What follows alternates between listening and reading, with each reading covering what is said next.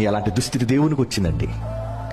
తన కళ్ళ ముందే తను కనుక్కుని తన ప్రాణాలు పెట్టుకొని తల్లి గర్భంలో అతని రూపుదిద్దిన ఈ రూపాలన్నీ కూడా తన కళ్ళ ముందు చెరిగిపోతుంటే వాళ్ళ మీద ఎన్నో ప్రేమ ఆశలు పెంచుకున్నాడు.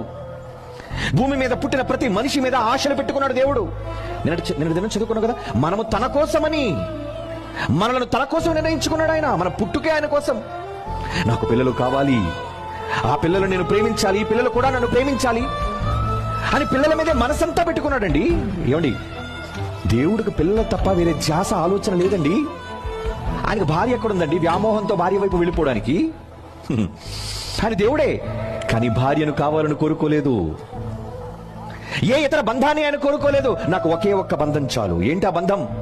నా పిల్లలకి నాకు ఉన్న బంధం, తండ్రి కొడుకుల సంబంధం ఎంత పవిత్రమైనదండి.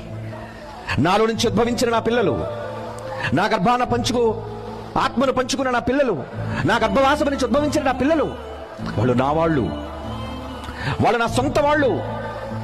నా ఆలోచనలు, నా సంకల్పం అంతా వారి మీదే అని కోట్ల సంవత్సరాలుగా ఎదురు చూశాడు కదండి మన కోసం.